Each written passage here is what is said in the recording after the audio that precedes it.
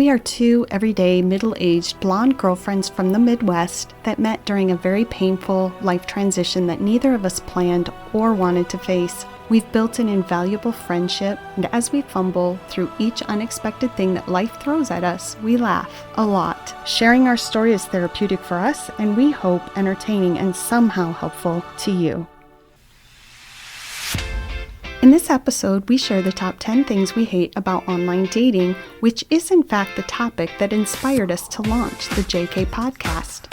In future episodes, we will share a very compelling dumpster fire that we encountered online and how an important case was cracked wide open. Kelly Jo will make an important confession to Jenny about implicating her in crime, and we will share how we met and an honest and vulnerable discussion about divorce. As a disclaimer, a large part of this episode may sound as though we recorded it from the bottom of a hollow well with a dial-up microphone. Any perceived deficiencies are, of course, a bold artistic choice and not a reflection of our competence. We may be better friends than audio engineers, but the content is too good to scrap, so we're sharing it as recorded. Beginning in episode 4, we will be back in the land of functional microphones and much improved audio quality. Thank you for your patience. Let me write what comes next. We're girls on a mission. We don't need to be perfect. Just honest, just real, just figuring it out over chips and salsa. We'll crack the case. Get in the pedal, line, our story right. We came flying, honestly, we're gonna be alright. Welcome to the JK podcast, where we talk about when life is unexpected. I'm Jenny. And I'm Kelly Jo. Spill that tea, we ain't from Boston, but we're telling it free. List them up, list them up. Listen. Wait, are we gonna list them? Yes, we Okay, are. alright, let's do it. Let's talk about some things that we hate about online dating. Oh yeah, let's do it. You go, girl. Okay, we're gonna kick this off with needing to sell yourself through a screen. Yeah. I don't know if you've ever done any door-to-door knocking, like Girl Scouts or like, Yeah. I don't know, gospel sharing. Yeah, or something, no. but like I can't. I tried to do one of those home businesses once. I can't sell anything, let alone Right. myself. Exactly. Yeah. Yeah, I don't like it. No. I don't like it. Feels really forced. It I feels feel. forced, and it's like it just doesn't feel right. Yeah. There's nothing I hate more than trying to take pictures of myself, but when you have to figure out pictures to post online to reflect who you are, I don't have any pictures of myself I like. So, not one. not a single Same. one. Actually, I try to avoid being in pictures. For years, I had like a professional quality camera so that anything I was at, especially family functions, I could hide behind the camera. Yeah, right? But selfies are hard. Selfies are hard. The one thing I do like about selfies is if you're alone, you can take them over and over and over and over until you get the right one. That's true. But nobody wants to see filters. Nope. But I don't even know if I know how to use filters, Jenny. But I have found if I sit in my room, there's a particular lamp. If I shine it right in my face and take a picture, that's when I get the best complexion. Anyway, I agree. Pictures, yuck. Pictures are yuck. How do you let your personality shine through? Exactly. I'm way better in person than I am on paper. Me too. 100%. Yeah, me too. I've never looked at your profile. What kinds of things do you say about yourself? I don't know. I like the real basic. This is my name. This is how old I am. Don't make me answer any questions. So you're the person I would swipe left on. Yep. I overthink it completely. No, but so here's the thing. This might be a good time to say, here's what's on mine. I didn't really know I was putting myself on a dating app. I was feeling really down one day, and I was like, let me see how these dating apps work. But it wanted me to answer all these questions first. Tell us a little bit about yourself. So I just put things like, I don't know, I mix hot tamales with my popcorn. I have 2 grown boys that call frozen pizza oven pizza. Some good information to put out there on the internet. I never thought that was weird until one of their girlfriends was like, isn't all pizza oven based? Well, I put like, I'm a little clumsy. I don't know. But anyway. It's a pretty good glimpse of your personality, I think. You try to be humble, right? There's a balance There between is. trying to sell yourself and not seeming over the top. For sure. It's like when you go into an interview and you're supposed to sell yourself. I've never been good at marketing. Right. Which means... Okay. Oh, also, can I just say... Yeah. What's my competition? I don't know much about marketing, but how do I make myself stand out? Right. How do I differentiate myself? Well, you'd have to pretend to be a woman. No, wait. You'd have to pretend to be seeking a woman. I was like, Jenny, what? And then you can scope it out. Or maybe you get a friend who's a man and he shows you what's out there. Yeah, and I have been asked by men to see, but Right. I've never done that. Maybe closely. for next time. Maybe next time. All right. I also hate the fatigue of online dating. Yeah, what do you mean? It just seems like you just get matched with a gazillion people right away. And then you have to figure out how to sort through all of it. Mm-hmm. I don't like that. Do you think it's a thing for guys? Which app did you first use?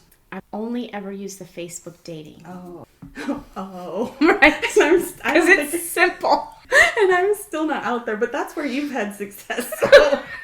Again, I didn't know it was actually going to get published, but I started on Bumble because I had heard that the females give the guys permission to see you. And what were we talking about? We were talking about... Oh, you get matched with a bazillion people. Yeah. That's why I freaked out. And I think I texted you that Sunday because as soon as it said, okay, your profile has been posted, all of a sudden my phone started blowing up. Right? Ding, ding, ding, Yeah. ding. I mean, there was like 30, 35 matches within the first, I don't know, not very many minutes. I mean, it was a little bit of an ego boost, but I was like, oh, this is going to be easy. But let me tell you, Yeah. it slowed down significantly.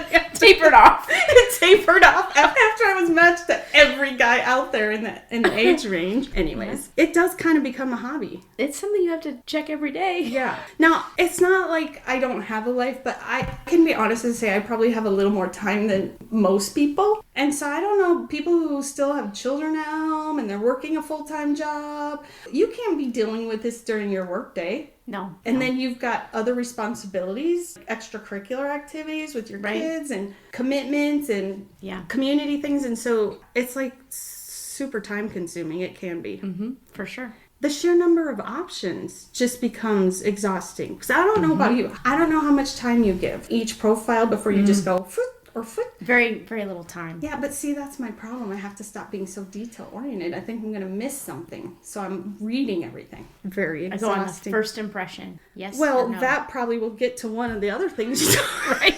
don't like. But yeah, there's like endless options, and it's exhausting. Choice overload. Yes. Also hate that it feels like online dating feels like online shopping sometimes. It Like does. you're literally shopping for a guy. Yeah, and they're shopping for you. Don't you think it'd be easier if all this just got put on Amazon? Amazon could expand into that. They could. Amazon dating. They would have a good platform. You could rate people Rape? out of 5 stars. Did you say rape? No, rate them Okay, thank you. out of 5 stars. Yeah, you could. Wait, can you not do that on... Well, Facebook dating it'll say after you've chatted with a few people, I guess, it gives you the option to give them feedback. Like friendly, easy to talk to, also negative feedback. So, I mean, that's out there. A lot like online shopping. You can leave reviews. If I'm the shopper, that's great. Yeah, but if you're the product, it Do could you not know- be great for Do you know what comments are out there about you? Oh, I don't think I gave people enough time to leave comments. Yeah, okay. Yeah. That's funny. Yeah, it does. It creates this implied pressure, I feel like. And it's not even so bad when you first start talking, but if you go to the point where you meet somebody, at least for me, I feel such implied pressure having to give this person an answer. Are you going to buy me or not? Is it a Yeah. yes? Is it a no? Because you're both out there looking, there's this implied pressure like, okay, so are we going to build this connection? Or instead of just Right. organically meeting somebody. And I don't like it. It's icky. Yeah, which leads us to hating the awkwardness of online dating. What do you got to say about that, Jenny? I have been told in the past that I'm kind of a dry texter. And so then I worry that people I'm messaging with are like, oh, she's a dry texter. What do you mean by dry texter? From what I have heard from the young people I interact with on a regular basis, they tell me I should text like I talk. But I'm like, that seems like a lot of texting. Well, that gets to the fatigue. But can I just clarify something for our audience? When you say the young people, you don't mean that you're talking to a lot of young men, like No, super young men. No. I wanted to clarify that. I have young friends. Yes, like that's in right. their 20s. Right. I wanted to clarify that for people. That was good. I guess I can just say I've noticed a difference in your and my text style just in our friendship. Yeah. And I never realized it was a problem. But when you start getting this, look, I'm never going to be the guy that's going to text back 4 paragraphs. I mean, that's me. That is you. I know. So, like, I will be very detailed when I explain a situation so I can get your input. Yeah, you like to keep your answers very concise. Or with like a, listen, how about I call you later? You were so cute because you were like, now, Kelly Jo, I'm not talking about you, but I don't know why people feel the need to use my text app as their personal journal. This happens to me a lot. Not from you. Sure, right, Jenny. Have you ever tried just talking? I have done that. Then you have to go back and Edit. make sure it's not saying weird stuff. That's true. Yeah. So I guess I'm kind of like a guy when it comes to texting. I don't know. I don't know if little it's bit. like, I don't know. I guess I don't have enough experience to know if it's a gender thing or just personality. So I would definitely overthink the texting and the messaging when I was first meeting people because they're already thinking about all these things that I don't do well when it comes to texting. Oh, so you're already putting pressure on yourself. Yeah. Like, oh, Yeah. I'm not a good texter. I gotta. Exactly. Okay. Yeah. Well, so it's hard for your personality, maybe. You feel like Oh, you're for trying sure. to- What else? What'd I- you say? The awkwardness? Is that what we're We're on, yeah, where we hit the awkwardness of it. What about the weird conversations? Have you had any of those? I've had some weird conversations. Any you want to talk about? Listen, there's a man that I met who did nothing but talk about clothing. He's like, when you go shopping, what kind of clothes do you like to buy? And then, What? yeah, isn't that weird? I mean, I buy clothes to wear to work, and I wear clothes that I need to be a little nicer sometimes, and then I wear clothes that I like walk in or whatever, and he's like, my favorite type of clothes, I love a girl in a baseball cap and leggings. I mean, multiple times he would talk about that. It was so weird. That is really weird. When you first brought it up, I thought he's fishing to see, are you dropping brand names? Are you this or that? Mm-hmm. But I will say what you just said reminded me years ago, somebody, I don't remember if it's a guy or girl, but said some research, I can't tell you where this research is, but shows that men find women most attractive when they're just in their casual clothes, at home, just relaxed, being themselves. Really? Maybe it's once they're in love. I don't know. But, you know, like just being themselves. I don't know what his angle was. The other thing that's been awkward for me is, look, I was married very young and married for a very long time. I cannot deal. Well, I can deal with it, but I'm not built in a way to be having 12 conversations at once. Right. And because you're not meeting them face to face, you're meeting online. You know what I've had to do? I know what you're going to say. It's a good tip. I had a notebook. Well, either a physical notebook sometimes or sometimes just a note in my phone. But so this notebook that I could put their name, their age, just something that helped me remember who they are. But what I realized is I had to pay better attention because I would come back to the same question or conversation I'd already asked this person. But it's because I was carrying on 12 conversations at once. We're not wired for that. I'm not. No. I know I'm not. I think there's just a lot of pressure too before you've met somebody in person to carry the conversation. Oh gosh. To think of funny things to say. Yeah. To not seem dry. I do too. Like, how do you come across interesting enough, clever enough? Okay, and maybe guys say this because part of the thing somewhere in my profile is like, I am the funniest person I know. Right? Which is meant Yes. to be sort of sarcastic because I laugh at myself all the time. But so as soon as a guy will say like, you're so funny, I feel this pressure. How do I entertain him in this conversation? Guys must have a lot of pressure too. Like, I'm sure there's this fear of rejection. Am I doing everything right? You know, I probably shouldn't feel that much pressure. Here's what I find a lot though is it goes back to the fatigue of feeling like you have to carry the conversation. Yeah. If I'm trying really hard here, don't give me just like a 1 or 2 word answer. Yes. So then I try to ask not just yes or no questions, but get very little in return. Right. Or ask a follow-up question, like how am I supposed to continue to carry Yeah. this conversation, right? Right, That yeah. might get into the vetting process. Right. But then I think about people like you, and I think maybe he's just not good at texting. Right. You know? Which is why I think that you should not spend a ton of time messaging somebody. Like, probably after a couple weeks, somebody needs to be like, we need to meet in person. I mean, you just need to know Yeah. if there's any type of chemistry, things you can only know if you meet in person. Right. I agree. When you say somebody, do you feel like it matters if it's the girl or the guy? I guess I should acknowledge, like, because we're both heterosexual, I guess that's why Yeah. we're like he, she, but, Right. you know, there's other. Yeah. Should it be you? female? Should it be the male? Probably at some point you need to, if he is not initiating like an in-person meetup, then you need to kind of be like, almost set a boundary. Like, I'm somebody that needs to meet in person, kind of put that there what it is. But I've also heard that men are like, women are all over the place. Like, sometimes they want to message back and forth for a long, long time. Till they feel comfortable. Right? But I think it's kind of whatever your own perspective is on it. But for me, like, I would need to meet somebody in person right away. I learned that. Or phone conversation or something. That's actually really a great idea, instead of just in your own mind being like, okay, this is going nowhere, and then exiting. And I get that because I've heard that from guys too. Some women will feel like you're being too aggressive. Some women need a lot of time until they feel comfortable. Right. I guess if there's any men listening, I would say that that's something, at least I would feel completely comfortable with them saying, like, I don't want to make you feel uncomfortable. Anytime that you think that you might be ready to meet in person, I would certainly enjoy doing that, or whatever. Or I also appreciate it when a guy will send me their phone number but not ask for mine, and they'll say, here's my number if you ever feel that we get to a point that you're comfortable enough that you'd like to have a phone conversation. So I think that's okay for guys to just ask it. I've heard that from my own 2 sons, not with online dating, but with things like just basic chivalry. That they experience stuff all over the board. I mean, not to go old school, but when they were in high school, no, I'm not asking a girl if I can carry her books, because I get this like, what, you think I can't carry books myself? It's like, you know?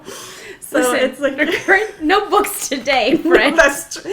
See how old I am? And I was a teacher. That's true. We went to completely digital books, which I hate, by the way. Waiting for responses, because it's so time consuming, and it's like a hobby. I don't know about you. You get home from work, you've got this window of time.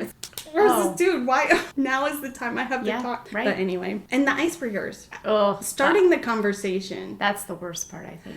And I went into it thinking I would prefer the guys to really take the lead on that, because maybe that shows my age or whatever. But yeah, they have their insecurities too, and like not knowing what do I do to not offend, you know, be forward enough but not too forward. Right. But I will just say, as a girl, like as a woman, I like to know that you're interested. Oh, right. I would. Don't play hard to get. No. I mean, we can. No, I'm with you. I think from the beginning, I need to know that he is somebody who's going to lead whatever the relationship turns out to be. Yeah.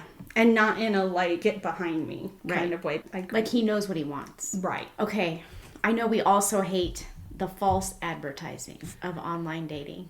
Okay. And I know you have some things to share. We need to do a whole nother episode on this, because we can't even begin to get into this. But the false advertising, so many ways. Number 1, I don't know if this is false advertising or just poor advertising. How many times have you run across a profile where the only pictures are a group photo that should be on Facebook? Right? And you're like, I don't know you. Which one of these people is you? Right. So you're like, well, I'll go to another picture and see if I can pick him out. Well, now we've got a silhouette where he's 50 yards away standing by his motorcycle or his dog. Right. And he clearly has never taken any photography classes where he knows his lighting. Right. The lighting matters. The lighting matters, because if the sun's behind you, all I see is your silhouette. Right? Not helpful. Not helpful. Then, so you swipe to the next one and you're like, wait a minute. Peek back at the profile.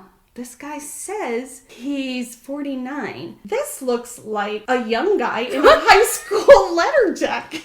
Doggone it. It was a long time ago. I mean, maybe someday. But right now, I don't care what you looked like 30 years ago. Definitely not. I care, but not enough to know if I want to talk to you. Because listen, first thing I've heard feedback from guys, not about me specifically, before I meet them, is anybody look how they look like in their pictures. And I would like to think I do a fair representation of myself, but apparently lots of people don't. And I just feel like, yeah, it goes both ways. I don't need to see pictures of that. Do you have something to say? Actually, this story has to be told. Okay. Remember that time when you were sharing with me some messages that you were getting from somebody? And I said, do you think maybe this person is using ChatGPT? And you know what I was like? What is ChatGPT? That's exactly what happened. So I feel dumb and I'm showing my age again. I'm seeing all these advertisements now that people over 40 only know, what is it? ChatGPT. We're so naive and we need to know about all these other ways to use artificial intelligence. And I'm still back here going, okay, so now I've heard of ChatGPT, but I still don't know what it is.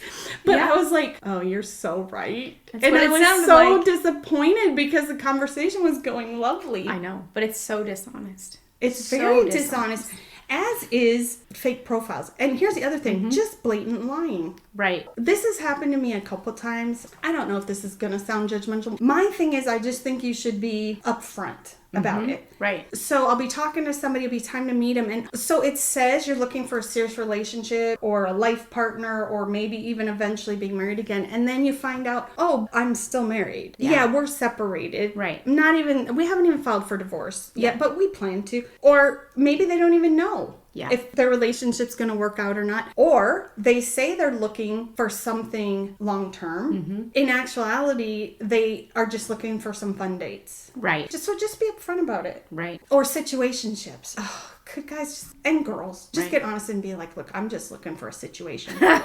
Sign me up for a situationship. No, I ended up blocking him. There was one guy I was talking to who, after we talked for a while and we connected on some things, he basically came out and said, look, I hope this doesn't sound creepy. Basically was saying he wanted a physically intimate relationship that was important to him, but not looking for marriage or a super strong commitment or whatever. And at first I was like, dude, but then I thought, you know what? I have to respect him for the fact that he was honest. And I don't think he was trying to be creepy. I think he was actually just trying to be upfront and say, like, look, this is something that's important to me. Yeah. And then the other thing I would say is, I think you've used this term, the too soon people. Do you want to talk about that? Yeah, the too soon people. Who are they? I'll give you an example. One time I met this person and we met for coffee, I think, something light. First time I met him and all he did was trauma dump all over me. Oh. That's a too soon person. That's right. Or it's obvious that they have done zero work to like figure out, especially if they were married, to figure out what happened, especially from their own sense of accountability that led to the end of that relationship. So then they're out there and they just have hateful things to say about their ex-wife, all this stuff. That's a too soon person. Yeah. They're not ready. They need to do some work. It's Either like a numb the distraction. pain, a distraction, or look, I waited 5.5 years before I dated somebody, and even longer until I got on an online app. Here's part of the thing. I had some, what do you call them, self-limiting beliefs, and I just assumed I would be alone the rest of my life. And so that's why I wasn't looking too hard. But yeah, I agree. There's some work that needs to be done, right? For sure. Okay, we're going to talk about... I was going to say, like, wait till the ink's dry at least. Exactly. The ink. Well, yeah, for sure. Then there are people who haven't even started any papers. Right. Or maybe they have, or maybe they're even divorced, but I'm not really comfortable. Like, if you're still living with your, then I understand there's all kinds of complications, children, economic reasons, or whatever, but it just doesn't feel super comfortable to me. You can just say, how long have you been single? Yeah. I think that's a great question. Can I just say too soon? I don't like being the person who is the first person you're meeting or dating after your relationship. Right. I know somebody has to be, but that's not always the best spot to be in. Yeah. Yeah. Well, kind of like this false advertising piece. I think we can agree we hate the superficial interactions. Yeah. You got some examples of those. It's just hard, for me anyway, to build any type of real connection through a screen. I even feel that way about my friendships sometimes. Like, if I really want to talk to somebody, I mean, I might text them, but if that's all I can do, my preference would always be have conversations face to face. So it just, I don't know, the screen feels so superficial to me. Your tone of voice, your whatever they call them, micro expressions, none of that can come through. How many times I've tried to be funny or sarcastic, Yeah. and it just did not come through. And who knows how many times that happened that I'm not even aware of. How long do you spend looking at a profile before you decide? I have to assume, right, that I get about a couple seconds to grab somebody's attention. And how do you... Yeah, exactly. That's exactly what it is. I think we can all probably agree, too, that we hate the safety concerns that we have to be aware of when it comes to online dating. I think especially as women, I mean, I guess we'll have to get a male guest in here to ask them if they worry about being accosted. I mean, there's other safety concerns too. I was really nervous about that the first time I met somebody, although I probably didn't take the proper precautions. Well, you didn't know. Well, I should have though. Listen, I taught college and one of the intro courses was like how to keep your kids safe online. Anyway, but as women, we have concerns. It's not just with online stuff. I had a niece, she was like, being a woman is exhausting. Yeah. So you want to meet in a public place, right? Right. I mean, you just have to go to all this work. Like, I think about times that you've gone out to meet somebody in person. Yeah. And we've had to make a plan. Like, you've shared your location with me. I'm like, don't stay more than an hour. That's right. If you need an out, I'll call you at this time, and you can take my phone call if you need to. Yep. There have been times where I've been reluctant to even share my last name. Yep. Until I've met somebody in person a few times. Yep. And kind of had a vibe about them. Yeah. Because, they can take your name and know where you live, and they have access to a lot of information. Listen, you've opened my eyes on this because you have done some super quick but thorough detective work for me. Mm-hmm. You didn't even have a real name. You had a first name that wasn't even real. Uh-huh. And a town they lived in. Yeah. And you figured out who this person was. I'm an online sleuth. Right. And so, no, but it's so true. What you're talking about, girlfriends, that's a great tip, by the way, to share your location. You've been my Uber driver. Right. You've sat in the parking lot. Yeah. And I've had other girlfriends too. This whole elaborate plan. I think if people don't have anything to hide, right, then they really shouldn't have a problem with you, like, looking them up. Right. I mean, that's just good to know. If they're irritated by it, well, then they got some stuff to hide, probably. Well, right. And I think, if you're a guy, I guess my gentle advice would be, don't be offended if a woman not only Googles you, but maybe looks you up on something like we have here in Iowa, like, what is it? Iowa Courts Online. Iowa Courts Online. We can look at if the divorce was final, when you were divorced. And also, by the way, some other things will come up. Traffic violations. Drug convictions. Yeah. Previous assaults. Yeah. And as a woman, I think that's just due diligence.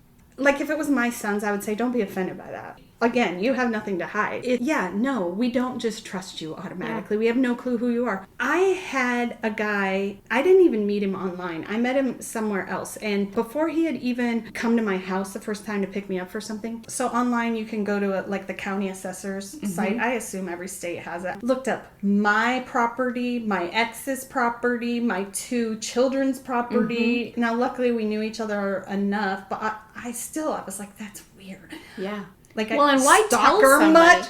Stalkery much? Right. But yeah, so then when do you give your phone number? When do you give your address? I got so freaked out. I was talking to a guy. I was so happy. He lives just a few blocks away. I was talking to him online, and he only had my first name. And then as we're talking, he goes, okay, miss, and then said my last name. Oh. And I started freaking out. Well, yeah. How does he know that? Right. He wouldn't tell me at first. I don't remember the conditions of, maybe I had to meet him before he, but anyway, all he did is just put in my first name and my town and found me, which, fair enough. Right. He found me on Facebook, By the way, here's another thing. I've never thought of this. There was a guy I was going to see. My niece tried to find him online, and she was like, he has no online presence. There is no reason in 2023 to not have social media. That's a red flag. Do you think so? Like, for people our age, I don't... Yeah. No, I don't know, Kelly Jo. Either. I think it depends on the person, maybe. Some people are just not into that. So, you might have somebody who has a Facebook account but doesn't post anything, so it's not really helping you anyway. Well, I haven't for years. Same. Yeah. It turns out, as I got to know this guy, it makes complete sense. What else we got? Oh, I think, we can agree we hate just the negative experiences. We've talked about a lot of those, but it can be disheartening when you feel like you have a connection with somebody and then they just ghost you. Mm-hmm. I think, for me, I would wonder a lot, am I just in a roster? Right. But then at the same time, I have my own roster. So it's kind of hard to know. It's not really fair. Well, I will say this about you, though. What I do know is that once you start talking to somebody seriously, your other people's roster might not look like your roster. You're not. You don't have somebody thinking Jenny and I are talking exclusively, and then you've got you know, 6. Yeah. But yeah, for sure. You worry too about, well, the false advertising, right? So catfishing.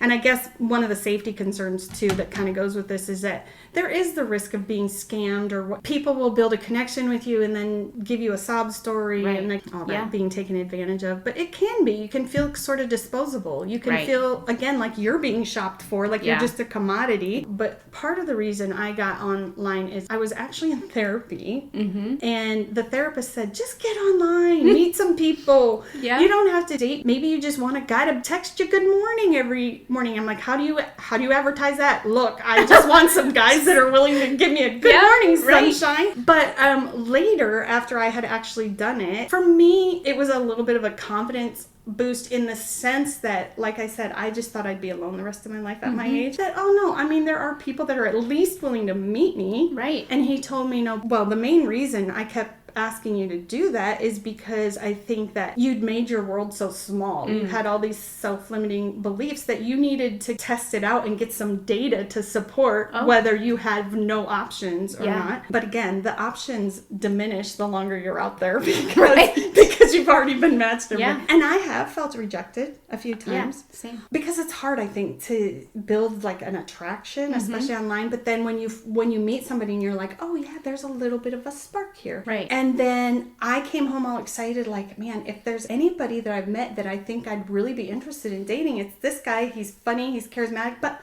also I'm kind of attracted to him. Right. Then we talked on the phone a few days later, and he was so good and so kind in the way he did it. But he said, look, it really is nothing about you. He had lots of compliments, and he said, I decided I'm not really feeling dating right now. And he gave me the reasons that made perfect sense based on what was going on in his life. I was a little disappointed. Yeah. And I've talked to him a couple times since then. He's like, we can be friends. I just don't think that I'm in the right place to date. So he was really honest, and that was great, and I respect him for it, but I'm also a little disappointed. Well, yeah, right. So, well, I think that just kind of brings us to, there's a little love-hate relationship with the time commitment, and then the return on investment is not great. The ROA? Yeah. The ROI, girl. ROA, return on awareness. Or something. Yeah, it can require significant time. If you're feeling really broken and lonely on a weekend, that might be a good thing. You might have more time in the summer, but not so much during the school year. Right. I don't know. It's hard to understand. I guess to me, like, my time is so valuable. It's so frustrating to me when people don't respect that. Right. There was a guy once who texted me probably messaged, I guess I should say, like probably 10 days in a row, and all he would ever say was, how are you doing? And it got to be like a game for me. I'm like, how long is this going to go on? Right. And then I stopped responding, and he would still message me. Yeah. How are you doing? That went on for like 2 weeks. And then you're left questioning, like, is this somebody who's just socially awkward and they really do not know? Or is this one of these guys that's trying to keep me on his roster while he figures out if this other thing, back to that whole thing, like, give me something to work with in this conversation. Yeah. How are you doing?